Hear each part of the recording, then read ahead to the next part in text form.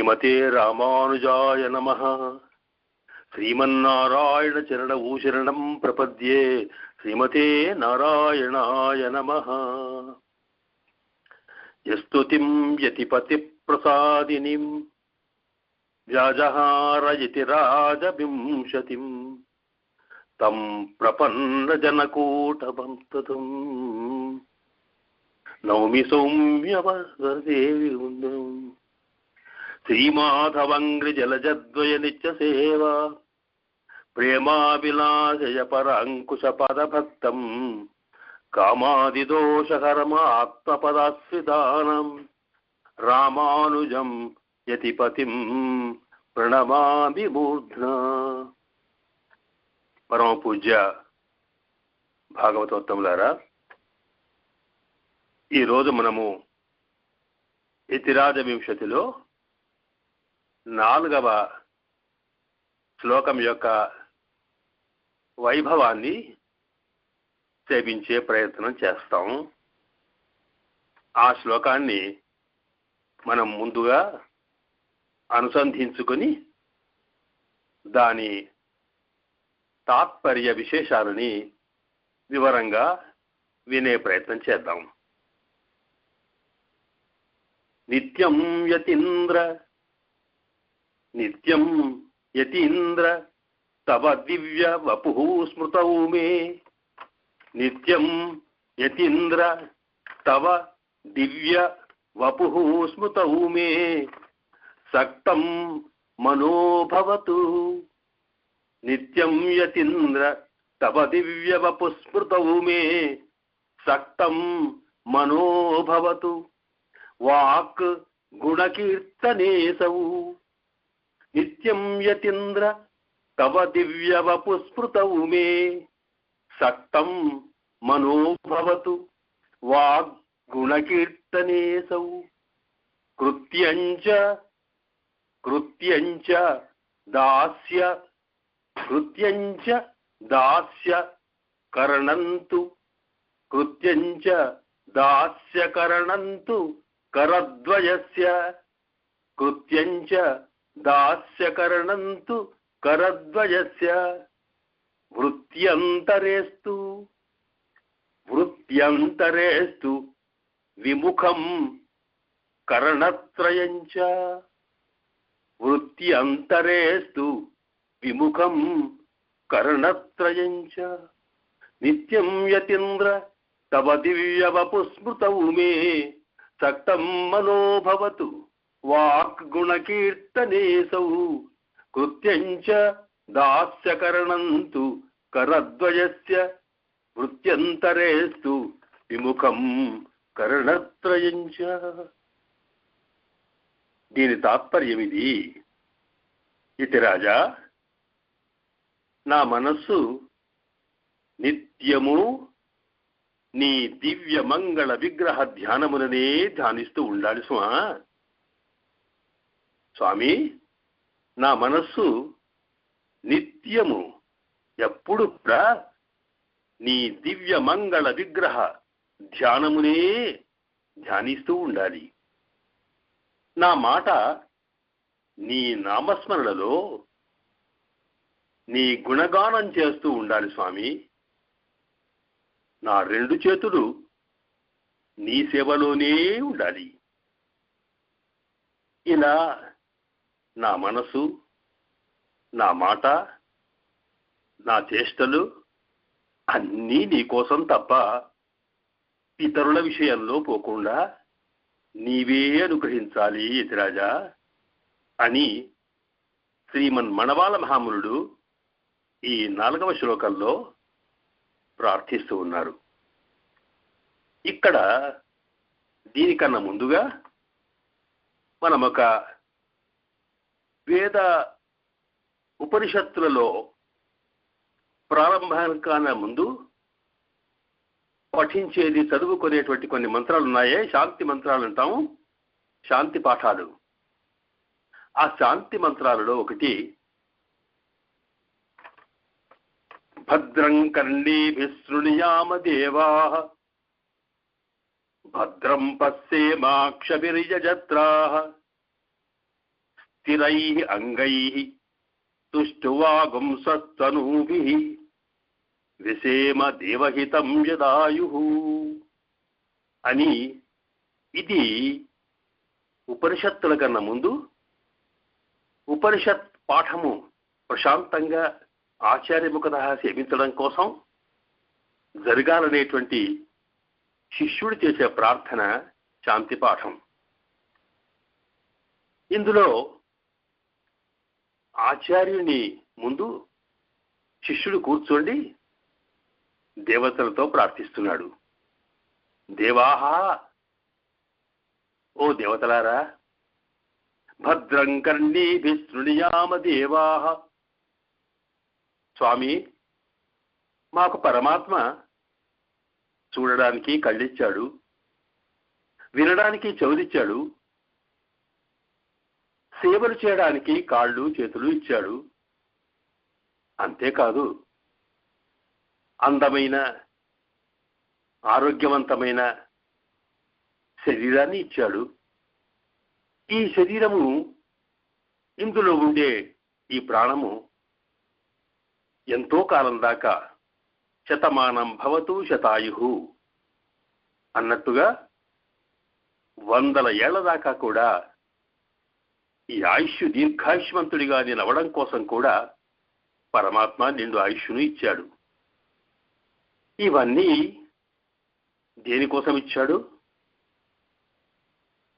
విచిత్ర దేహ సంపత్తి ఈశ్వరాయ నివేదితం అంటుంది శాస్త్రం. ఎవరు ఏది చేసినా, ఒక యజమాని తాను ఏ పని చేసినా ఎవరి కోసం చేస్తాడు? తాను తన సుఖం కోసమే చేసుకుంటాం మనం. తన సుఖం ఉంటే తర్వాత మిగతాది. అలాగే సర్వేశ్వరుడు కూడా మనకి శరీరాలిచ్చి, మనకి అవయవాలిచ్చి, మనకు కావలసిన ఇంద్రియ శక్తినిచ్చి, ఇవన్నీ దేనికోసం ఇచ్చాడు అనుకుంటున్నాం? ఇవన్నిటిని ఉపయోగించుకొని ఈ సంసారంలో పడి ఉన్న జీవులు ఏనాడు ఒకనాడు తన సర్వశక్తుల ద్వారా పరమాత్మను పొంది పరమాత్మ సేవలో ఇవన్నీ వినియోగించుకుంటాడు. స్వామి యొక్క దివ్య దర్శనాన్ని తన నేత్రాలతో చేసుకుంటాడని, ఆ సర్వేశ్వరుడి యొక్క దివ్య గుణగానము తాను వింటాడని, అలాగే తన నాలుకతో స్వామి స్తోత్రాలు చేస్తాడని, తనకిచ్చినటువంటి ఈ అవయవాల శక్తినంతా కూడా పరమాత్మని కైంకర్యంలో, అంటే పరమాత్మ సేవలోనే వినియోగించాలని, ఇలాగా మనకిచ్చినటువంటి సర్వశక్తులు సర్వేశ్వరుడు తన కోసం వినియోగించడం కోసమే తాను ఇచ్చాడని వేదం చెబుతూ ఉన్నది. కానీ మనమేం చేస్తున్నాం? ఆ సర్వేశ్వరుడు ఇచ్చినటువంటి కళ్ళతో స్వామి యొక్క దివ్యమంగళ విగ్రహాన్ని సాక్షాత్కరించడానికి బదులుగా ఆ స్వామి యొక్క దివ్య రూపాన్ని సేవించడానికి బదులుగా ఈ కళ్ళతో అది తప్ప ఏమేమో చూస్తున్నాము. ఈ చెవులతో స్వామి యొక్క దివ్య చరిత్రను, దివ్య కథలను వినడానికి బదులుగా మరేమేమో వింటున్నాం. స్వామి ఇచ్చినటువంటి ఈ అవయవాలతో ఆయన సేవ తప్ప ఈ లోకంలో ఎన్నో సేవలు చేస్తున్నాం. ఇలాగా స్వామి కోసం ఏర్పడిన ఈ జీవితాన్ని ఎందుకు పనికిరాకుండా చేస్తున్నామే. అందువల్ల దేవతలు ప్రార్థిస్తూ, ఇదిగో ఇవన్నీ కూడా మా స్వామి ఇచ్చిన శరీరము, మా స్వామి ఇచ్చిన శక్తులు, ఇవన్నీ పరమాత్మ కోసమే మేము ఎప్పుడూ వాడుకునేట్టుగా, ఉపయోగించేట్టుగా దేవతలారా మీరు మాకు శక్తినివ్వండి అని ప్రార్థించే మంత్రం ఇది. ఇక్కడ దేవతలు అంటే ఎవరో కాదు. ఆ దేవతలిచ్చే వివిధ శక్తులు మన శరీరంలో ఎలా వస్తాయో మనకు వేదము అలాగే శాస్త్రాలు చెబుతున్నాయి. మన శరీరంలో ఉండే రకరకాల ఇంద్రియాలు అంటే సెన్సెస్, మనకుండే సెన్సెస్ ఉన్నాయే, మనకుండేటువంటి ఇంద్రియాలు, చూచే శక్తి, వినే శక్తి, పనులు చేసుకునే శక్తి, ఆలోచించే శక్తి, ఇవన్నీ కూడా మనకు ఇవ్వడం కోసం, వీటిని చూడడం కోసం ఒక్కొక్క ఇంద్రియానికి, ఒక్కొక్క అవయవానికి మన పరమాత్మ ఒక్కొక్క దేవతను పెట్టాడట. దేవతలంటే మన ఇంద్రియాలకు కావలసిన శక్తిని, దాని పవర్ను ఇవ్వగలిగే ఇన్ఛార్జెస్ అన్నమాట పరమాత్మ వైపు నుంచి. ఆయన పెద్ద పరిపాలకుడు కదా, గ్రేట్ అడ్మినిస్ట్రేటర్. అందువల్ల తాను ఎవరెవరిని ఎక్కడెక్కడ ఉంచాలో ఉంచేట్టుగానే మన శరీరంలో ఉండేటువంటి ప్రతి అవయవాన్ని కాపాడడం కోసం, దానికి కావలసినటువంటి శక్తులను ఇవ్వడం కోసం సర్వేశ్వరుడు ఒక్కొక్క అవయవానికి ఒక్కొక్క దేవతను ఉంచాడట. ఉదాహరణకి మాట్లాడే నాలుక ఉందనుకోండి, ఆ నాలుకని దానికి అధిదేవత అంటాం, ఇన్ఛార్జ్ అగ్నిదేవుడట.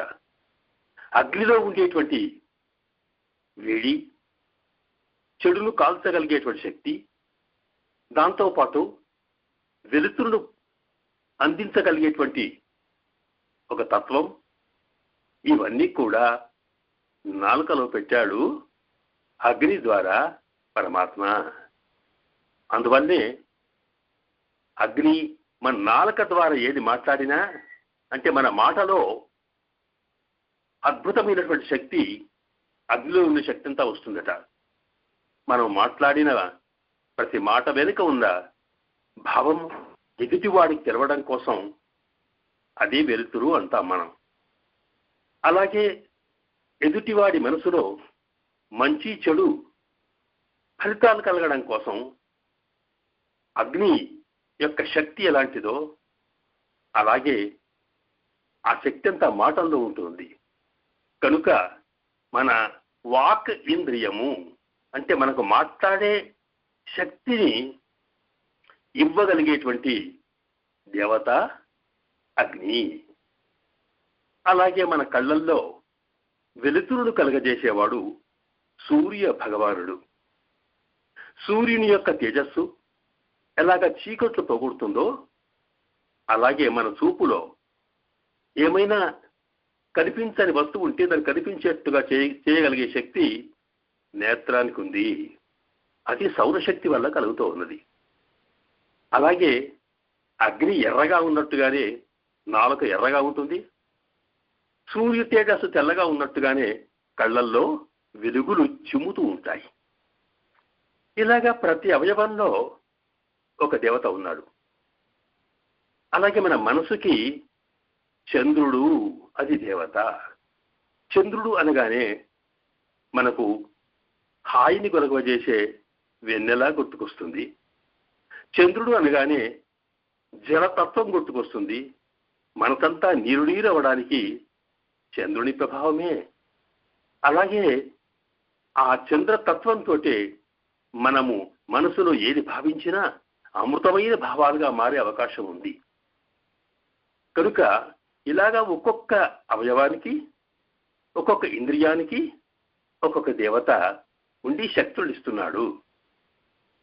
కనుక ఈ మంత్రంలో దేవాహ అని ప్రార్థించామంటే ఇదిగో నాలో ఉండేటువంటి సకల ఇంద్రియాలకి మీరంతా కూడా బాగా చేసేట్టుగా అవి సక్రమమైన మార్గంలో ఎవరి కోసం ఇవి ఏర్పడ్డాయో వాళ్ళదాకా చేరేట్టుగా మీరు మాకు కృప చేయండి. వీటి వల్ల మేము భద్రం కర్ణీ విశృణుయామ, మేము ఈ ఇంద్రియముల ద్వారా మాకు కలిగిన ఈ శక్తి ద్వారా ఏది భద్రమో, ఏది శుభమో, ఏది మంగళాన్ని కలగజేస్తుందో, మాకు ఏది పవిత్రమైందో ఆ వైపే మా మనసు పోయేట్టుగా, ఆ వైపే మా చూపు పోయేట్టుగా, ఆ వైపే మా శక్తులన్నీ వినియోగపడేట్టుగా ఒకసారి కాదు, రెండుసార్లు కాదు, వ్యసేమ దేవహితం యదాయు, బ్రతికినంత కాలం కూడా అందుకోసమే కలగచెయ్యు అని ప్రార్థిస్తుంది ఈ మంత్రం. అంటే ఇక్కడ ఆ దేవతలన్నిటికీ కూడా ప్రధానమైన దేవుడు దేవేంద్రుడు అని మనకు తెలుసు. అందువరకే ఉపనిషత్తు మై మేధాం మయి ప్రజాం మై ఇంద్ర ఇంద్రియం దదాతు, ఇంద్రుడు మనకు ఇంద్రియ శక్తిని ఇచ్చుగాక అని ప్రార్థన. అంటే శక్తులన్నీ ఇంద్రుడి వల్లే వస్తున్నాయి. ఆ ఇంద్రుడు అంటే సామాన్యంగానేమో దేవతల యొక్క రాజు అని అర్థం వస్తుంది. కానీ శాస్త్ర ప్రకారం చూస్తే వైదిక శబ్దంలో ఇంద్ర అనే శబ్దానికి పరమాత్మ అని అర్థం. మన ఇంద్రియాలన్నిటికీ కూడా మన సెన్సెస్ ని కంట్రోల్ చేసేటువంటి వాడు ఇంద్రుడు పరమాత్మ. అందుకనికి ఆయనకి హృషీకేశ అని పేరు. హృషీకములు అంటే ఇంద్రియములు, వాటికి ఈశ కంట్రోలర్, నియమించేవాడు. కనుక ఇక్కడ ఇంద్రుడు ఇంద్ర అన్నప్పుడు ఆ పరమాత్మ అన్నమాట. అలాంటి పరమాత్మ ఎక్కడున్నాడు, ఎలా ఉంటాడు, మన కంటికి కనిపిస్తాడా? ఇవేవి మనం చూడలేమే. నచక్షుషా పశ్యతి కశ్చిదైదం అంటుంది ఉపనిషత్తు. సర్వాంతర్యామైన సర్వేశ్వరుణ్ణి మన ఈ సామాన్యమైన ఈ కంటితో చూడలేము. మరి ఎలా చూస్తాం? అలాగే స్వామి మన స్తోత్రము పరమాత్మ విషయంలో ఉండాలని నాలుకకు చెప్పుకున్నామే. అలాగే పరమాత్మ యొక్క దివ్య చరిత్రను, ఆయన మాటల్ని, దివ్యవాణిని వినేట్టుగా చేయాలి మన చెవులని అనుకున్నాం. కానీ పరమాత్మ మనతో మాట్లాడతాడా? ఆ పరమాత్మ అవాకి అనాదరహ అంటుంది వేదం. ఆయన మనతో మాట్లాడాడు, పెద్దగా ఆదరించడు కూడా. ఆయనకేం పరాత్పరుడు కదా. కనుక మరి ఇలా వినాలి.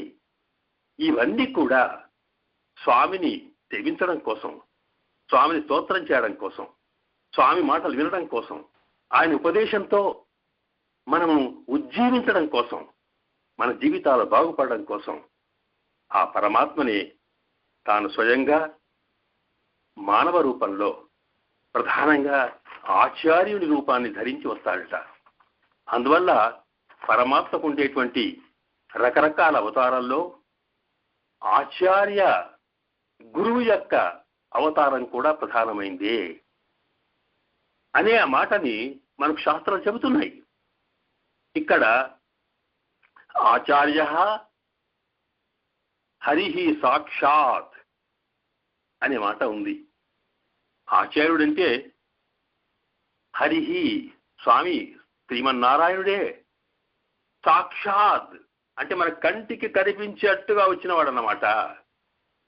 అంటే తాను కనిపించకుండా ఉండి మనకు రకరకాల శాస్త్రాలను చెప్పిన, అనేక విషయాలు చూపించిన, ఆ సాక్షాత్తుగా తాను కనిపిస్తే కానీ, తాను చెబితే కానీ ఈ జీవులు తన వైపు చూడాలనుకునేటువంటి దృష్టితో ఆచార్యుడే సాక్షాత్ పరమాత్మనే గురువు రూపంలో, ఆచార్య రూపంలో ఏం చేస్తాడని చరరూపీన సంశయ, అటు ఇటు కదులుతున్నటువంటి వ్యక్తే, కదులుతున్న పరమాత్మనే ఆచార్యుడు అనేది మన శాస్త్రాలు చెబుతున్నాయి. అందువల్లనే ఆచార్య దేవో భవ అని ఉంది. ఆచార్యుడినే దేవతగా పూజించు, ఆయననే నీ సర్వేశ్వరుడు అనేటువంటి ఈ రహస్యాన్ని దృష్టిలో పెట్టుకొని మన శ్రీమన్మణవాళ మహామునుడు ఈ శ్లోకంలో ఆచార్యుడికే తమ సకల శక్తులను ధారబోసి ఆయన కృపను మనం పొందితే చాలు పరమాత్మ కృప అదే లభిస్తుంది అనే మాట ఈ శ్లోకంలో మనకు చెబుతున్నారు. ఆ శ్లోకంలో నిత్యం యతీంద్ర తవ దివ్య వపుస్మృతౌ మే సట్టం మనోభవతు, యతీంద్ర అని పిలిచారు. ఇంద్ర అంటే తెలుసుకున్నాం కదా, అలాగే యతి అంటే రెండు అర్థాలు ఉన్నాయి. ఒకటి, తన ఇంద్రియాలని తానే కంట్రోల్ చేసుకుని పరమాత్మ మీద మరల్చేటువంటి యతులంతా కూడా సన్యాసులు యతులే, యోగము చేసిన వారు. అలా కాకుండా యతి అంటే యతతే ఇతి యతి, ప్రయత్నిస్తాడు అని అర్థం కూడా. యతనం అంటామే, ఆ ప్రయత్నించేటువంటి దేనికోసం ప్రయత్నిస్తాడు అంటే ఈ మనలాంటి సామాన్యమైన సంసారులని మనసా వాచా సర్వము కూడా తననే సేవించేట్టుగా మన ఇంద్రియాలని మరల్చడానికి ప్రయత్నం చేస్తాడు కనుక ఆయన యతి. యతీంద్ర అంటే ఇంద్రస్వరూపమైనటువంటి పరమాత్మ రూపంలో ఉన్న ఆచార్య, నీవు యతీంద్రుడివి, యతులలో శ్రేష్ఠుడివి అన్నమాట. సామాన్యంగా యతి అంటే సన్యాసి అయినా వారిలో శ్రేష్ఠుడు ఎవరు అంటే ఎవరైతే తన కోసం కాకుండా ఇతరుల కోసం, సామాన్యుల కోసం తనను ఆశ్రయించినా ఆశ్రయించకపోయినా, తనను గౌరవించినా గౌరవించకపోయినా, ఎదుటివాడు దుఃఖపడుతుంటే, వాడు చెడిపోతూ ఉంటే చూడలేక అయ్యో అనే బాధతో వీడిని ఎలాగైనా బాగుపరచాలి అనుకొని వాడి కోసం రకరకాల ఉపదేశాల ద్వారా వాడి మనస్సును తిప్పి వాడిని బాగుపరిచే ప్రయత్నం చేయగలిగే దయావంతుడు ఎవరైతే ఉంటారో ఆయన యతీంద్రుడు. అందువల్ల అలాంటి యతీంద్రుడు మన భగవద్ రామానుజులే అంటారు మన వాళ్ళ మహాములు. మనకు తెలుసు రామానుజుల వారు అష్టాక్షరి మంత్రాన్ని లోకానికి ఎంత గోపురమెక్కి వీడు వాడు తేడా లేకుండా అడిగినా అడగకపోయినా దీనివల్ల మీరు ఉద్ధరింపబడతారు అనండి అనండి అంటూ అన్నారే, అది చాలు. అలాంటి ఆ స్వామి యొక్క కృపామాత్ర ప్రసన్నతని, ఆ స్వామి యొక్క దయని మనం దృష్టిలో పెట్టుకున్నప్పుడు ఇంకా మనకు ఆ స్వామి కృప కలిగితే భగవత్ కృప కలగడం ఏమంత పెద్ద విశేషం అనే విశ్వాసాన్ని కలగచేయడం కోసం ఇందులో యతీంద్ర అని భగవద్ రామానుజుల వారిని వారు ప్రార్థిస్తూ మన వాళ్ళ మహాముళ్ళు ఏమన్నారు తెలుసా? ఇక్కడ నిత్యం మే మనః నిత్యం తవ దివ్యవపు స్మృతౌ సక్తం భవతు. మే మనః, స్వామి నా మనస్సు అని ఎందుకంటున్నామంటే ఈ మనస్సు మాది ఎప్పుడు ఒక చోట ఉండదండి. చంచలమైన మనస్సు ఇది. ప్రధానంగా దానికి ఈ లోకంలో ఉండే ఆకర్షణల వైపే పరిగెత్తే అలవాటు కలది. తద్వారా నీ రూపానికి నీ సేవకి ఎంతో కాలం దూరమైంది ఈ మనసు. అలాంటి మనసు నీదానిగా చేసుకోవడం కోసం నీవు కృప చేయు స్వామి అంటూ, అది ఎప్పుడూ ఒకసారి రెండు సార్లు కాదు.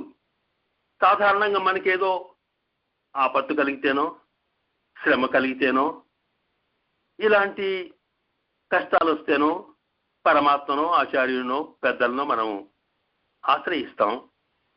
వారి కృప వల్ల ఆ కష్టాలు తీరితే మళ్ళీ మరిచిపోతాం. అలా కాకూడదు.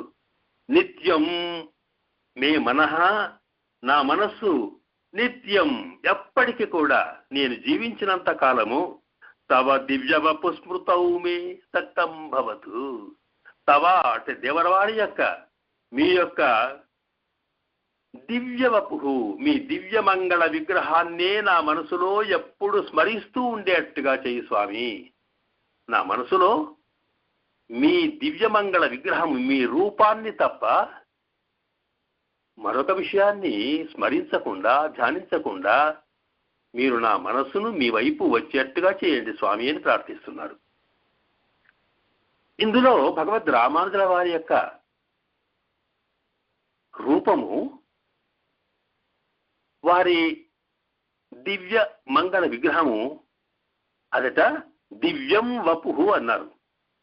వపుహు అంటే శరీరము అని అర్థం అన్నమాట. దివ్యమైన శరీరం అట. దివ్యం అంటే దేవతా సంబంధమైంది అని అర్థం. సాధారణంగా మన శరీరాలని కూడా భౌతికములు, పంచభూతాలతో ఏర్పడినటువంటి, ప్రకృతితో ఏర్పడినటువంటి ఈ శరీరాలు. కానీ భగవద్ రామానుజుల వారి యొక్క అవతరించినటువంటి స్వామి యొక్క ఆ స్వరూపము, ఆ శరీరము పాంచభౌతికము కాదిది, అది దేవతా స్వరూపమట. ఎందుకు ఇలా చెబుతున్నారు అంటే, అసలు భగవద్ రామానుజుల వారు ఈ లోకంలో ఎందుకు అవతరించారో, ఎవరు అవతరించారో దాన్ని వివరిస్తూ, రామానుజుల వారి కాలంలోనే వేంచేసి ఉన్న, రామానుజుల వారి మీద అత్యంతమైన భక్తి కలిగి విశ్వాసం ఉన్న శ్రీ రంగామృత స్వామి తిరువరంగ తముధనార్ అని వారిని తమిళంలో అంటారు.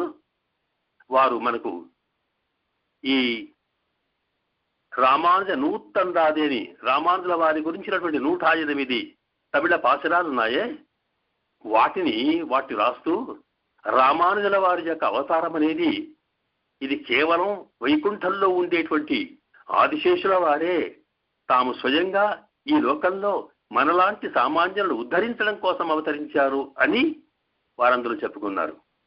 అది చెప్పుకోవడం అంటే ఏదో గొప్పతనం లేదా ఉన్న విషయాన్ని కాస్త కాకుండా చేయడం కాదు. ఈ రామానుజుల వారు గురించినటువంటి రామానుజ నూత్తందాది 100 పాశురముల రామానుజ వైభవాన్ని చెప్పగలిగే వారు రాసిన ఈ గ్రంథ దివ్య ప్రబంధం స్వయంగా భగవద్ రామానుజుల వారే దాన్ని చదివి విన్నారు. అంటే వారు చెప్పిన అవతార రహస్యం వాస్తవమని మౌనంగా ఒప్పుకున్నారన్నమాట. అది దృష్టిలో పెట్టుకుని ఆ స్వామి యొక్క దివ్యమంగళ విగ్రహాన్ని వారి యొక్క దివ్య లీలను చూసినప్పుడు మన పెద్దలు శేషోవా సైన్యనాథోవా శ్రీపతిర్వా ఇది వేసి సాత్వకై వితర్క్యాయ అని భాష్యకారాయ మంగళమని ఈ మన భగవద్ రామానుజులు ఆదిశేషుల వారు అవతారమా, లేదా అక్కడ వైకుంఠంలో వేంచేసి ఉండే విశ్వక్సేనుల వారు అవతారమా, లేక సాక్షాత్ పరమాత్మ అవతరించాడా అన్నట్టుగా ఎవరికి అర్థం కాని స్థితిలో కనిపించినటువంటి స్వామిట. అందువల్ల భగవద్ రామానుజుల వారు ఆదిశేషుల యొక్క అవతారంగా భావించినప్పుడు ఆదిశేషుడు వైకుంఠంలో ఉండేటువంటి వారిని నిత్య ఆత్మలు అంటాం.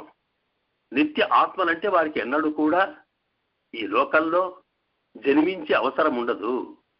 వారికి ఈ ప్రకృతి శరీరాలతో సంబంధం లేదు. అలాంటి వారి అక్కడి విగ్రహాలట వైకుంఠంలో ఉండే నిత్యాత్మల యొక్క శరీరాలు ఒక దివ్యమైనటువంటి శుద్ధ సాత్వికం అంటాం. అంటే మలినము లేనటువంటి దివ్యంగా చకచకా మెరిచేటువంటి జ్ఞానస్వరూపమైనటువంటి వస్తువుతో ఏర్పడినవట. వాటిని దివ్యములు అంటాం. కనుక ఇక్కడ ఈ లోకంలో అవతరించినటువంటి భగవద్ రామానుజులు మనలాంటి సామాన్యమైనటువంటి మనుష్య రూపంలో ఉన్న వారి యొక్క దివ్యమంగళ విగ్రహంలో దివ్యత్వం వెలుగుతూ ఉంటుందట, ప్రకాశిస్తుందట. ఈ మాటకి మనకు భగవద్ రామానుజుల వారు ఇలా ఉన్నారనడానికి భగవద్గీతలో కృష్ణ భగవానుడే స్వయంగా తన అవతార రహస్యం చెప్పేటప్పుడు అర్జున నేను ఎప్పుడు అవతరించినా ప్రకృతిం స్వాం అధిష్టాయ సంభవామి ఆత్మమాయయా, నేను ఎప్పుడు అవతరించినా నా సంకల్పాన్ని బట్టి నాకు ఉన్న సహజమైనటువంటి శరీర తత్వాన్ని నాకుండేటువంటి దివ్యమంగళ విగ్రహంతోనే నేను అవతరిస్తానయ్యా. పైకి చూడడానికి ఏ రూపమో, అది మానవ రూపమో, అది లేక చేపల రూపమో, ఇంకో మరొక రూపమైనా సరే, రూపము ఏదైనా నాకు వైకుంఠంలో ఉండే పరమాత్మ యొక్క దివ్య స్వరూపం, దివ్య తత్వం ఎలాంటిదో ఆ తత్వంతో నేను ఇక్కడ అవతరిస్తాను అని కృష్ణ భగవానుడు తన అవతార రహస్యాన్ని మనకి భగవద్గీత ద్వారా తెలిపాడే. అలాగే అక్కడ ఉండే పరమాత్మనే కాదు, వైకుంఠంలో ఉండే నిత్య సూర్యవర్గంలో చెందిన ఆదిశేషులు లాంటి వారు కూడా ఇక్కడ అవతరిస్తే సరిగ్గా వారిది దివ్యమంగళ విగ్రహమే. అందువల్ల అది దృష్టిలో పెట్టుకుని ఇక్కడ అంటున్నారు, స్వామి తత్వం తవ దివ్య వపుహు మే స్మృతౌ సక్తం భవతు, నా మనసులో మీ యొక్క ఆ మెరుస్తున్న దివ్యమంగళ విగ్రహం, శుద్ధ సత్వమైనటువంటి జ్ఞాన ప్రకాశమైనటువంటి ఆ దివ్యమంగళ విగ్రహాన్ని నేను ఎప్పుడూ మనసులో ధ్యానిస్తూ ఉండేట్టుగా నా మనస్సును అటు మరుచుకో అని మనస్సు అనే ఇంద్రియాన్ని తన వైపు తీసుకున్నాడు. మనస్సు అనగానే మనకి ఏం గుర్తు రావాలి? మిగతా ఇంద్రియాలన్నీ కూడా వాటి వైపే వస్తాయన్నమాట. మనసే అన్నిటికీ ముఖ్యమైనది కనుక మనసు వస్తే మిగతా ఇంద్రియాలు, నేత్రేంద్రియం కానీ శ్రోత్రేంద్రియం కానీ అన్నీ స్వామి వైపే పోతాయి కనుక, స్వామి ఇలాగా నా మనసులో నీ దివ్య మంగళ సాక్షాత్కారం కలిగితే అప్పుడు నీ యొక్క దివ్య తత్వాన్ని నేను అర్థం చేసుకోగలుగుతాను కనుక ఆ పని నాకు చేయండి అని ప్రార్థించారు ఇందులో. అట్లాగే వాక్ గుణకీర్తనే అసౌ. అసౌ వాక్, అసౌ అంటే ఇదిగో నా దగ్గర ఉందే నా మాట. నా మనసు ఎలాగో నా మాట అలాంటిదేనండి. మనసు ఎంత కల్మషమో, మనసు ఎలాగా ఈ లోకంలో ఉండేటువంటి రకరకాల వస్తువులపై ఆకర్షించబడ్డదో వాటిని గురించినటువంటి స్తోత్రమే నా మాట కూడా చేస్తుందండి. ఇంతకాలము నా వాక్కు నీ గుణములు తప్ప, లేదా నీవు చూపిన పరమాత్మ గుణములు తప్ప ఎవరెవరినో కీర్తించింది. ఎవరెవడో పనికిరాని వాళ్ళ కోసం, నా స్వార్థం కోసం, నేను ఏవో లాభాలు పొందడం కోసం ఏ అధికారనో ఎవరినో పనికిరాని వాడినలా కూడా ఈ నాలుకతో నేను గుణగానం చేశాను. ఇక ఇప్పుడు అలా కాకుండా ఆ దోషాలను తొలగించి స్వామి ఎప్పుడు కూడా నా వాక్, నా మాట గుణకీర్తనే, నీ గుణములు నీ నామస్మరణలోనే, నీ నామస్మరణలో నీ నామమును, నీ యొక్క కళ్యాణ గుణములను స్తోత్రం చేయడం కోసమే నా మాట వాగింద్రియము నీ వైపు వచ్చేట్టుగా కృపచేయి స్వామి అన్నారు దీంట్లో. ఇలాగా మనసు వాక్ అనగానే మనకు ఇంద్రియాలు 2 రకాలు ఉంటాయని తెలుసు. 5 జ్ఞానేంద్రియాలు, 5 కర్మేంద్రియాలు. జ్ఞానమును కలిగించేవి అంటే ఒక వస్తువుని గురించి మనకు తెలిపేటువంటివి 5 ఉన్నటువంటి ఇంద్రియాలు ఉన్నాయే, ముక్కు, చెవులు, కళ్ళు, ఇవన్నీ కూడా ఇవి జ్ఞానేంద్రియాలు అంటాం. అలాగే అవి చూచి తెలుసుకున్న విషయాన్ని చేతల ద్వారా అమలుపరచడం కోసం, పనులు చేయడం కోసం ఉపయోగించేటువంటి కాళ్ళు, చేతుల మొదలగు ఉన్నావే ఇవి 5 కర్మేంద్రియాలు అంటాం. ఇలాగా ముందుగా ఈ 2 చరణాలలో తక్తం మనోభవతు వాగ్గుణ కీర్తనే సౌ అని 2 మాటల్లో జ్ఞానేంద్రియములన్నీ కూడా భగవత్ రామానుజ మీ చరణాలలో వెళ్ళేట్టుగా చూపించండి అని చెప్పి, ఇక తర్వాత 2 చరణాలలో కర్మేంద్రియాలు కూడా అంటే మా కాళ్ళు, చేతులు, మేము చేసే పనులు అన్నీ కూడా మీ వైపే నడిచేట్టుగా చూడండి అంటూ కృత్యంచ దాస్యకరణంతు కరద్వయస్య కృత్యం దాస్యకరణం భవతు. కరద్వయస్య, కరమంటే చేతులు, ఆ 2 చేతులు, ద్వయమంటే 2, ఆ చేతులు 2 అని ఎందుకు అంటున్నామంటే ఈ 2 చేతులట చేతులచే కృత్యం మనం చేసే పని అది దాస్యకరణం, నీకు సేవ చేయడానికే ఉండాలి. 2 చేతులు అన్నప్పుడు ఏంటి, ఒక చెయ్యి నీ కోసం, మరొక చెయ్యి మరొకోసం కాదు. సర్వ కార్యక్రమాలు ఏవి చేసినా నేను చేసే కర్మలన్నీ కూడా నీ సేవారూపంలో మారాలి ఆచార్య అంటూ దాస్యకరణం, నీకు సేవ చేయడంలోనే ఉత్పడాలి అని కర్మేంద్రియములు అన్నీ కూడా ఆచార్య సేవలో జగదాచార్యుడైనటువంటి భగవద్ రామానుజుల వారి యొక్క దివ్య సేవలో వినియోగపడాలి అని ప్రార్థిస్తూ, వాటి మీద అందులో మరి అవి వినియోగపడాలంటే ఇంతదాకా అలవాటున్నటువంటి వేరే వేరే భౌతికమైన సాంసారికమైన విషయాలున్నాయే వాటి మీద అవి పోకుండా కావాలి. అంటే నా మనసు నీ మీద తప్ప మరొక దిక్కు పోకూడదు. నీ ధ్యానం తప్ప, నీ దివ్యమంగళ విగ్రహ దర్శనం తప్ప మరొక వస్తువును చూడకుండా ఉండాలి నా కనులు.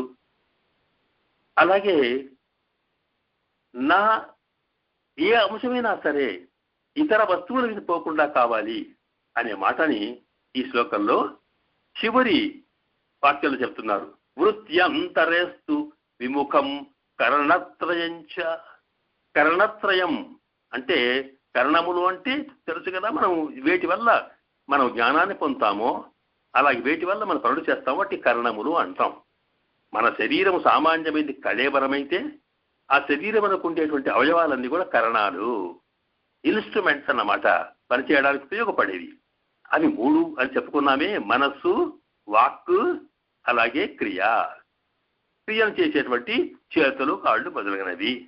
అందువల్ల వీటిని కరణత్రయములు అంటాం. మనస, వాచ, తర్వాత కర్మణ, ఈ 3 కూడా వృత్యంతరేస్తు విముఖం. అంతరం వేరే వృత్తి, వేరే ప్రవర్తనలో, వేరే ప్రపంచ వ్యవహారాల్లో చేయడంలో విముఖం కావాలి. అంటే అటు వైపు ముఖమే పెట్టేట్టు ఉండకుండా ఉండాలి, వాటిని చూడకుండా ఉండాలి అని అంటూ, స్వామి ఇదిగో ఈ నా సర్వ విధమైనటువంటి నా ఇంద్రియములు, నా మనస్సు, నా మాట, నా చేతలు అవన్నీ కూడా ఇంతకాలం దాకా భౌతిక ప్రపంచంలో సంసార కార్యక్రమాల్లో నిమగ్నమైనవి. ఇక ఇప్పుడు అవన్నీ అటు పోకుండా నీ యొక్క సేవలోనే, నీ దర్శనంలోనే, నీ ఉపదేశాన్ని సేవించడంలోనే కలిగేట్టుగా మాకు ఉపదేశాన్ని కలగచేయి స్వామి అంటూ ఇక్కడ ఈ శ్లోకంలో ఆచార్యులను ఆశ్రయిస్తే మన యొక్క మానసిక శుద్ధి, వాక్శుద్ధి, అలాగే మనకుండే కాయిక శుద్ధి జరుగుతూనే వీటి ద్వారా మనం తరించబడతాము. ఒకవేళ ఆచార్యులనే ఈ రకంగా మనం సేవించినామంటే ఇంకా ఇప్పుడు మరి పరమాత్మను కాకుండా ఆచార్యులు సేవించడం ఏంటి? ఇవన్నీ కూడా సామాన్యంగా ఉపనిషత్ అంతా కూడా మరి ఇంతకు ముందేమో భద్రంకరణ్యేభి అనే దాంట్లో పరమాత్మ వైపు మరల్చమంటుంటే ఇక్కడ ఆచార్యులు అంటామే అంటే అర్థం ఏమిటి? ఇక్కడ పరమాత్మను మనం సేవించిన పరమాత్మకు సాధారణంగా ఆయనను సేవిస్తే సంతోషం కలుగుతుందేమో, కానీ పరమాత్మ కన్నా పరమాత్మ ప్రేమించిన వాళ్ళు, పరమాత్మను దర్శింపచేసేవాడు జ్ఞానులు ఉంటారే, భాగవతోత్తములు ఉంటారే, వారంటే స్వామికి చాలా ప్రేమ. వారిని సంతోషపరిస్తే తాను అంతకన్నా రెండంతలు ప్రేమిస్తాడు, సంతోషపడతాడట. కనుక ఆచార్యుడిని ఆచరిస్తున్నామంటే ఆచార్యుని ద్వారా పరమాత్మకే సంతోషం కలుగుతోంది.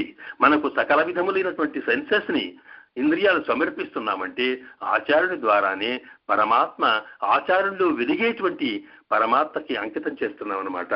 అలాంటి శక్తిని ఇంతదాకా ఇది మా వల్ల అయ్యేట్టుగా లేదు స్వామి, మా మనసు మరేట్టుగా లేదు, మా ఇవాటికి కనుక వీటినన్నిటిని కూడా నీవు నీ వైపు మరల్చేట్టుగా, ఆచార్య అంకితమయ్యేట్టుగా నీవు ఉపదేశం చేయమని ఆ స్వామి యొక్క ఉపదేశాన్ని ఇందులో ప్రార్థించున్నాను.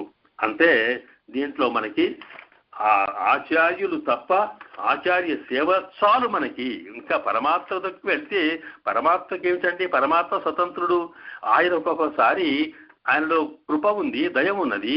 అలాగే శాస్త్ర ప్రకారము తాను చేసినటువంటి శాస్త్ర ప్రకారం నడవకపోతే కోపం కూడా వస్తుంది. అందువల్ల ఆయన దయ ఒకసారి రావచ్చు, లేకపోతే రాకపోవచ్చు.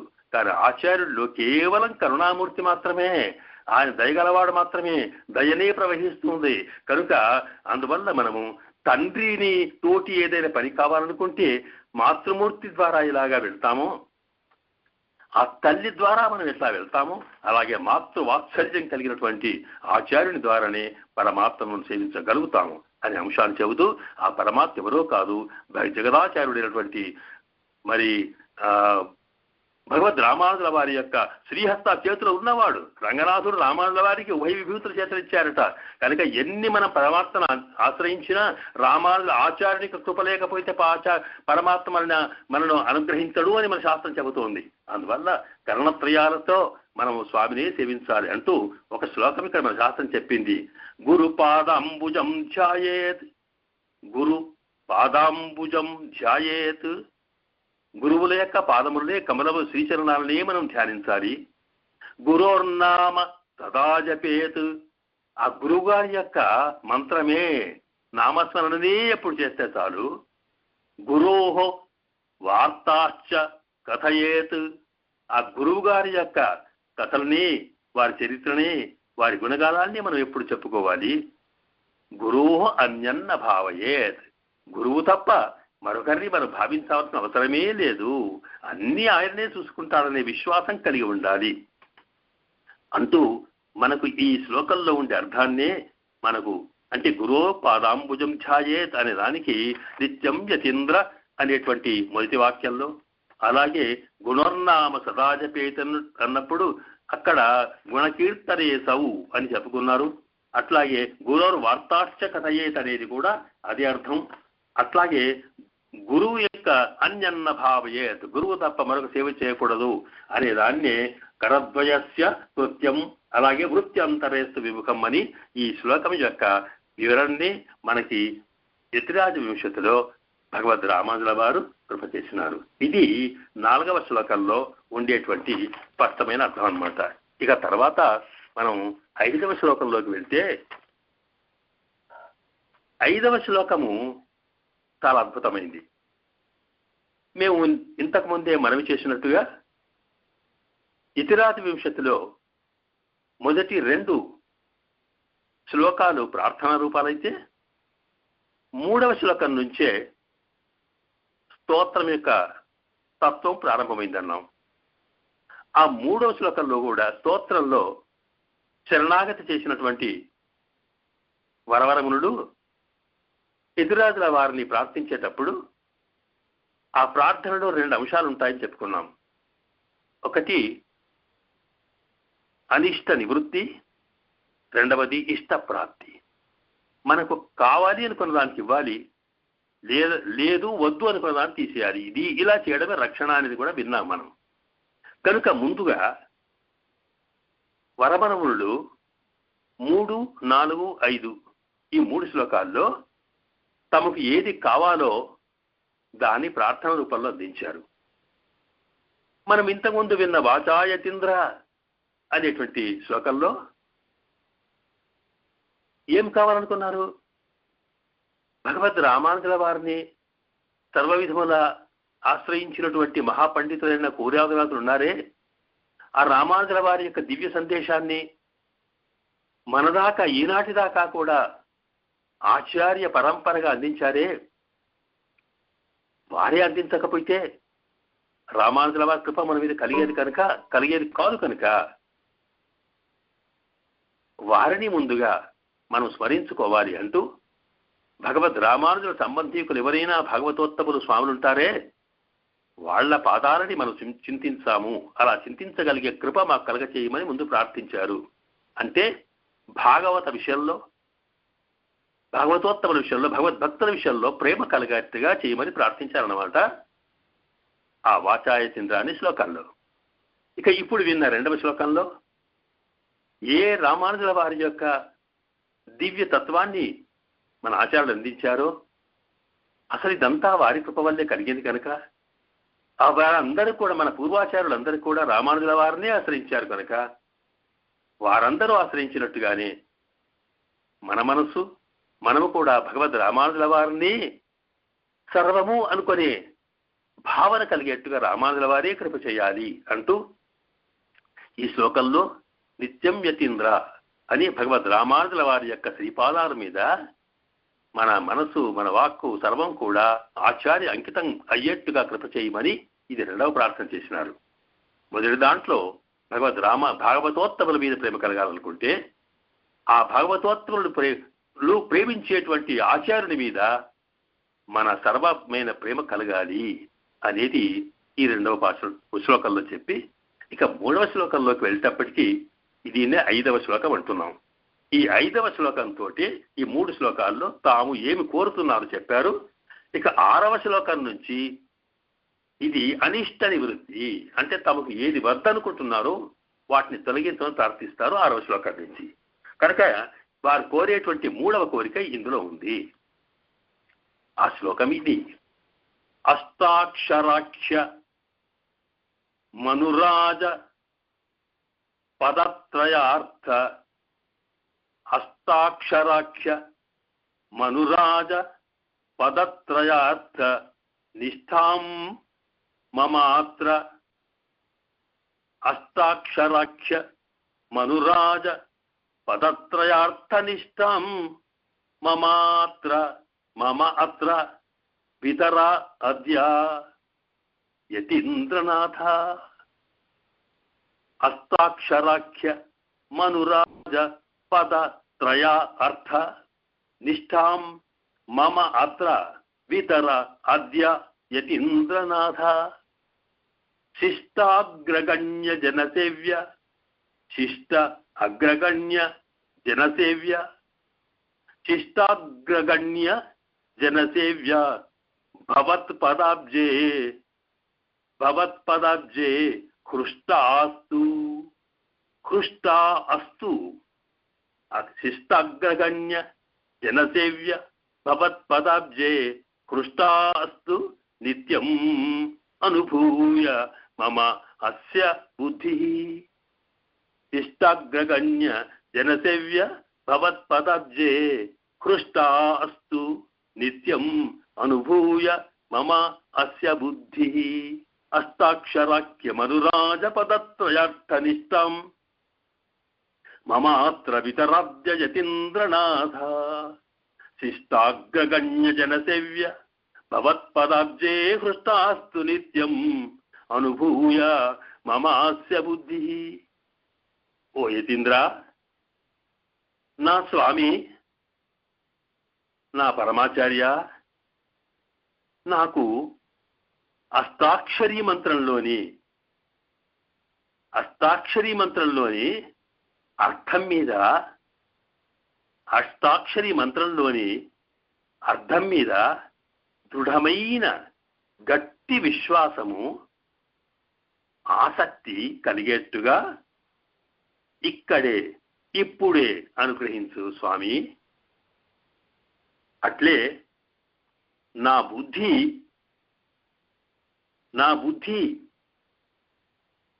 నాకు నీకు ఇష్టులైన లేదా శిష్టులైన శాస్త్రమునందు విశ్వాసం కలిగి నీవే సర్వ అనుకున్న పూర్వాచార్యులున్నారే, ఆ పూర్వాచార్యుడిచే సేవింపబడిన మీ శ్రీచరణాలలో నాకన్నా ముందు నన్ను జ్ఞానవంతునిగా చేసిన మా ఆచార్యుడితో పాటు వారి ఆచార్యులాగా అందరూ కూడా మీ వారికన్నా పూర్వం ఉన్నవారంతా మీరు సేవించి మీరు వేంచేసి ఉన్నప్పుడు ఎలాగ మీ శ్రీపాదములను సేవించారో అట్లాగే ఇలాగ ఈనాడు మీరు అర్చామూర్తిలో విగ్రహ రూపంలో మా కళ్ళ ముందు కనిపిస్తున్నప్పుడు ఆ అందమైనటువంటి మీ శ్రీపాదాలలో, కమలాల లాంటి భోగ్యమైన మీ శ్రీపాదాలలో మా బుద్ధిని చేరేట్టుగా, ప్రసాదించేట్టుగా, చేరి ఆనందించేట్టుగా మాకు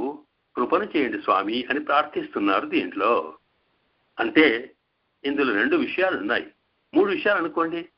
ఒకటి, అష్టాక్షరం అనే మంత్రము, అష్టాక్షరీ మంత్రం ఉందే, ఆ మంత్రం యొక్క అర్థం ఏమిటో తెలియాలి. ఆ అర్థం మీద మాకు విశ్వాసం కలిగేట్టుగా, ఆ అర్థంలో చెప్పినట్టుగా మేము నడిచేట్టుగా మా కృప చేయాలి. అలా చేయగలిగేటువంటి మీరే మా వైపు ఒకసారి దృష్టి మరల్చాలి.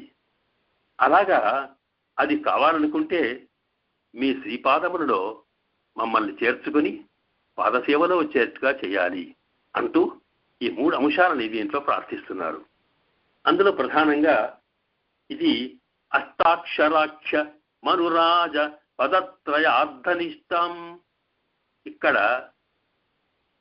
ఒక్కొక్క మాటను మనము గమనిస్తే ఇక్కడ ఒక మంత్రాన్ని గురించి చెబుతూ అష్టాక్షర ఆఖ్య, అష్టాక్షరము అని పేరు కలిగిన అన్నమాట.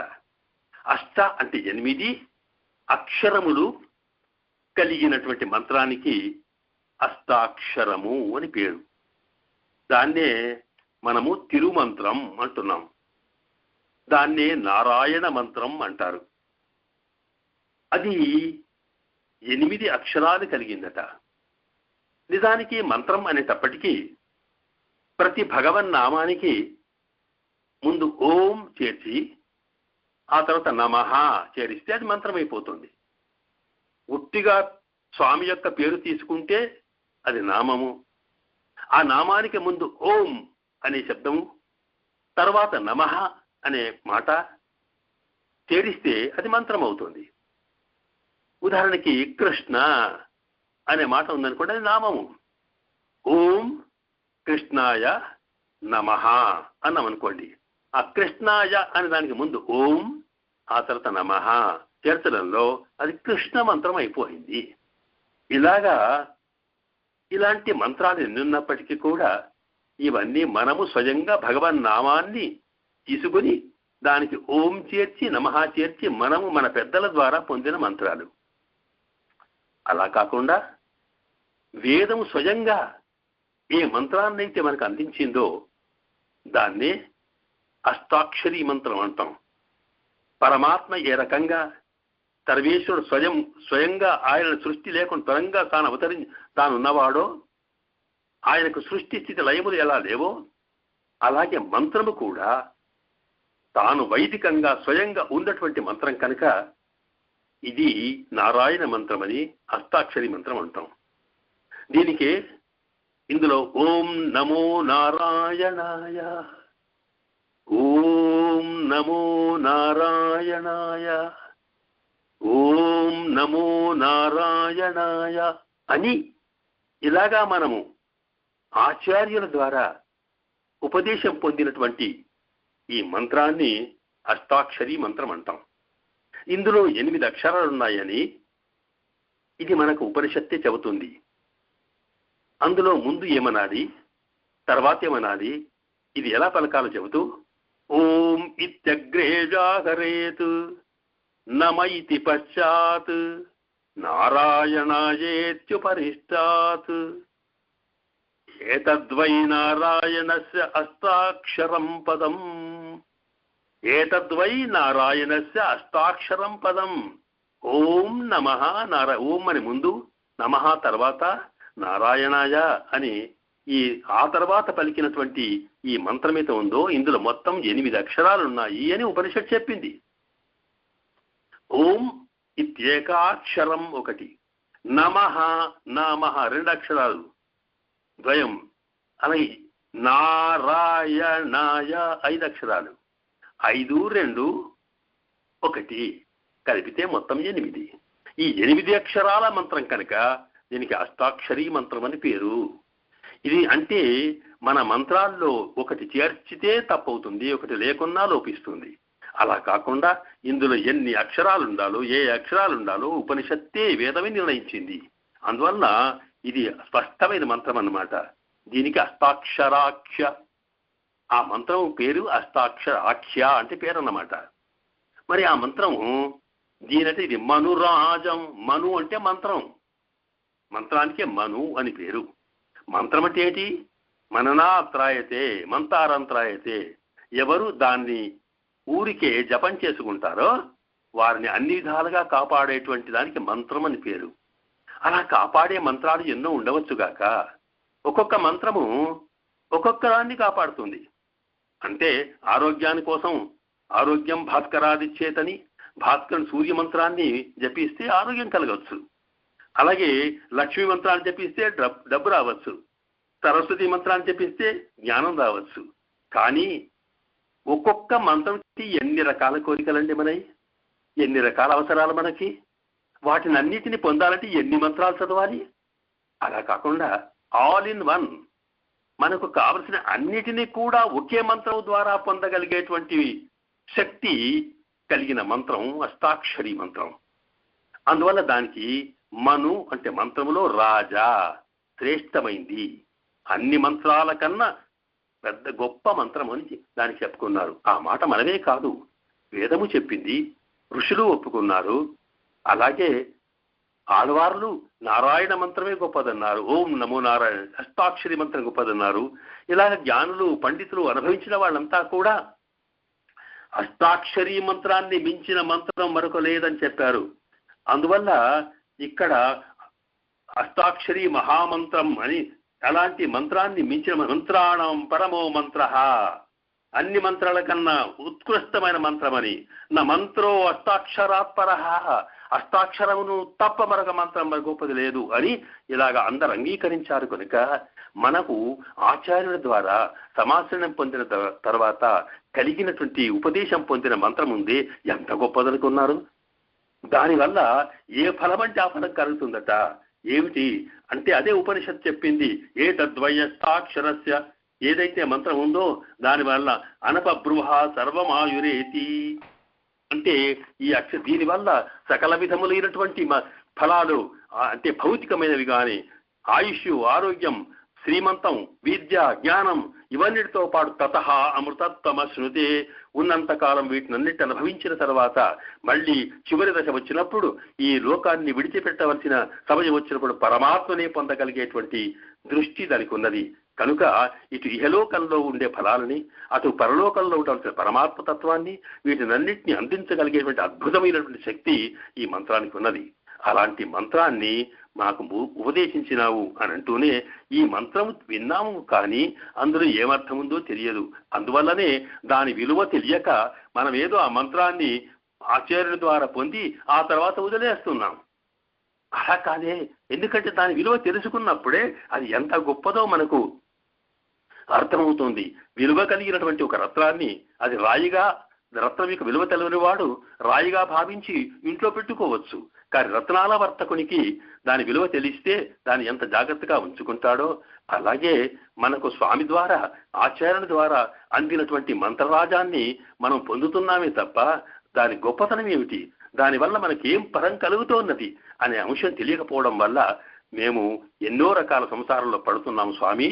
కనుక దాని యొక్క అష్టాక్షరాఖ్య మనురాజ పదత్రయార్థం, ఆ అష్టాక్షరి యొక్క మంత్రములో ఉండేటువంటి మంత్ర శ్రేష్టములో ఉండేటువంటి పదముల యొక్క అర్థం రావాలి. అందులో ఆ పదములు 3 ఉన్నాయట. పదత్రయ అంటే 3 పదములు. ఓం ఒక పదము, నమః 2వ పదము, అలాగే నారాయణాయ 3 పదములు. ఈ 3 పదాలు కలిగినటువంటి ఈ మంత్రంలో ఒక్కొక్క పదానికి ఏమర్థము, దానివల్ల మనకేం ప్రయోజనము తెలియాలి. కనుక అందువల్ల పదత్రయ 3 పదములలో ఉండేటువంటి అర్థమును మాకు తెలిపి, అర్థం తెలియడమే కాదు, అర్థం తెలియడం అంటే అది ఒట్టిగా తెలిసిపోయితే లాభం ఏమిటి, ఆ అర్థమును తెలుసుకుని దాన్ని మేము ఆచరణలో పెట్టుకుని మా జీవితాన్ని బాగుపరచగలిగే స్థితి కావాలి. అందువల్ల అలాంటి దాన్ని, ఆ మంత్రాన్ని, ఆ మంత్రం యొక్క అర్థాన్ని అత్ర అద్య ఇప్పుడే ఇక్కడే, ఎందుకంటే ఇప్పుడు కాదు ఎప్పుడో పెట్టామనుకోండి, ఎప్పుడు ఏది క్షణంలో ఏమవుతుందో జీవితంలో ఏం తెలుసండి. ఇవాళ ఉన్నవాడు రేపు ఉండకపోవచ్చు, రేపు ఉన్నవాడు ఎల్లుండి ఉండకపోవచ్చు. ఈనాడు ఉన్న మనసు స్వామి మీ మీద కలిగిన భక్తి రేపు ఉండకపోవచ్చు. అలా కాకుండా ఇప్పుడే, ఎప్పుడైతే ఈ బుద్ధి పుడుతుందో అప్పుడే కావాలి. కనుక అద్య ఇక్కడే, అత్ర ఇక్కడే, యతీంద్రనాథ మాకు దీని మీద నిష్ఠాం, దాని మీద విశ్వాసం కలిగేట్టుగా, మేము ఆచరణ చేసేట్టుగా ఆ మంత్రాన్ని ఉపదేశించండి స్వామి అని అన్నారు. అయితే ఆ మంత్రములో ఏమర్థమది అంతేనట. శిష్టాగ్రగణ్య జనసేవ్య భవత్పదాబ్జే హృష్టాస్తు. ఆ మంత్రంలో 3 అర్థాలు ఉన్నాయట. ఒక్కొక్క మంత్రానికి ఒక అర్థము. ఏమిటంటే మొదటి అర్థంలో ఓం అన్నామనుకోండి, అనన్యార్హ శేషత్వం అని ఒక అర్థం. ఓం అంటే అనన్యార్హ శేషత్వం. అలాగే నమః అనన్య శరణత్వం. అలాగే నారాయణాయ అనన్య భోగ్యత్వం. అంటే ఏమిటి ఇక్కడ అనన్య శరణత్వం అంటే ఏమిటి అంటే అనన్యార్హ శేషత్వం. ఓం అంటే ఈ 3 కూడా మనకు జీవుడి విషయంలో ఉండవలసినటువంటి లక్షణాలు అన్నమాట. ఒకటి శేషత్వం అంటే ఏమిటి, యథేష్ట వినియోగ అర్హత్వం శేషత్వం అని శాస్త్రం చెబుతుంది. అంటే ఒక యజమాని ఒక వస్తువును తన ఇష్టం వచ్చినట్లుగా ఉపయోగించుకోవడానికి ఎట్లా ఉంటుందో అలాగే మనము కూడా మనను సృష్టి చేసిన, మనం రక్షిస్తున్న ఆ పరమాత్మ మనను ఎట్లా వాడుకుంటే అట్లా వాడుకునేట్టుగా వాడి సంకల్పానికి ఎదురు తిరగకుండా ఆయనకే దాసత్వం కలిగి ఆయనకే లొంగి ఉండగలిగేటువంటి ధర్మము ఆత్మకైతే ఉందో దాని శేషత్వం అంటాం. కనుక అలాంటి దాన్నే అనన్య అర్హ శేషత్వం. అన్యులకు అర్హము అంటే ఇతరులకు తగినట్టుగా కాకుండా, ఇది ఇతరుల కోసం కాకుండా నీకు మాత్రమే అనన్యము అంటే ఇతరులకు కాకుండా ఆచార్యునికి మాత్రమే, సర్వేశ్వరునికి మాత్రమే ఇది దాసమై ఉండేట్టుగా. లోకంలో మనం ఎందరికో దాసత్వం చేస్తూ ఉంటాం. అలా కాకుండా ఏదైనా సరే సర్వేశ్వరుడు ఫలాలు ఇచ్చేవాడు, లేక ఆచార్యుడు వాటిని కృప చేయించేవాడు. కనుక అనన్యార్హ శేష. ఓం అంటే మేము సకల సృష్టి స్థితిలయములకు మూల కారణము, సర్వరక్షకుడు, సర్వనియంత, సర్వజ్ఞుడైనటువంటి ఆ సర్వేశ్వరుడికే, సర్వాంతర్యామికే నేను చెందిన వాణ్ణి, ఆయన కోసమే నేనున్నాను అనే భావనని కలగచేస్తుంది ఓం అనే మాట. అలాగే నమః అంటే నాకు సర్వేశ్వరుడు తప్ప మరొకడు రక్షకుడు లేడు. దాన్ని అనన్య శరణత్వము, అనన్య రక్షకత్వము అంటాం అనమాట. అనన్య శరణత్వం అంటే నాకు రక్షకుడు పరమాత్మ తప్ప ఇంకొకడు కాదు అనేది. అలాగే నారాయణాయ నేను నాకు అనన్య భోగ్యత్వము, భోగము అంటే మనం అనుభవించే వస్తువు, నేను నాకు ఇష్టమై అనుభవించే వస్తువు ఏదో ఉందో అది పరమాత్మ తప్ప దానికి భోగ్యం, అనుభవించడానికి వచ్చే వస్తువునికి భోగ్యం, అది అన్య భోగ్యం కాదు, లోకములు ఉండే వస్తువులు కాదు, కేవలం భగవత్తత్వమే, పరమాత్మని నాకు అత్యంతమైనటువంటి మధురమైన పదార్థం, ఆయననే నాకు అనుభవించవలసిన వాడు అంటూ ఆ స్వామి యొక్క కైంకర్యం, పరమాత్మ యొక్క సేవనే నాకు భోగ్యమైంది, మరొకటి కాదు అని చెప్పేది అనన్య భోగ్యత్వం నారాయణాయ అనేది. అందువల్ల ఈ జీవుడు పరమాత్మకే దాసుడు, పరమాత్మ చేతినే రక్షింపబడతాడు, ఆ పరమాత్మను తప్ప మరొకటి మనసులో భావించడు, అలాగే ఆ పరమాత్మ కోసమే సకల సేవలు చేయడంలోనే సంతోషపడతాడు అనేది జీవుడికి ఉండవలసినటువంటి ఇది స్వరూపం అన్నమాట. అలాంటి స్వరూపము ఇది మంత్రం యొక్క అర్థం. అలాంటి అర్థాన్ని మాకు చెప్పి దాన్ని మేము ఆచరించేట్టుగా చేయాలి. అయితే ఇక్కడ పరమాత్మ విషయంలో అయితే మరి మీ విషయంలో ఏమిటంటే ఆ పరమాత్మ విషయంలో చెప్పినటువంటి అనన్య శేషత్వము, అనన్యార్హ శేషత్వము, అనన్యార్హ శరణత్వము, అనన్యార్హ భోగ్యత్వం అనే మూడు లక్షణాలు ఆచార్య కేవలం చిరరూపిగా వచ్చినటువంటి పరమాత్మ రూపంలో ఉన్న మీ విషయంలోనే మాకు కలగాలి. అంటే మీకు సేవ తప్ప మరొకరి కాకుండా, మీ రక్షణలో తప్ప, మా ఆత్మ రక్షించేది మీరే కనుక మీ ఆత్మరక్షణ తప్ప, మీరు ఆత్మ మీకోసం మిమ్మల్ని సేవించడం తప్ప, మీ యొక్క సేవ తప్ప అది మాకు ఇంకొకటి కలగకూడదని ప్రార్థిస్తూ అందువల్ల ఇదంతా కూడా శిష్టాగ్రగణ్య జనసేవ్య, ఇది మేము కొత్త కాదు, మీకు ఎంతో మంది మీ పాదాలను సేవించినటువంటి శాస్త్రజ్ఞులు, శిష్టులు అంటే శాస్త్రం తెలిసిన వారు, తక్కన ఆచార్యులు తెలిసిన వాళ్ళలో గణ ప్రధానులైన వారు, కూరత్తాడు వారు లాంటి వారు ఎందరో శిష్యులు ఉన్నారు, ఎందరో జనం మిమ్మల్ని సేవించారు.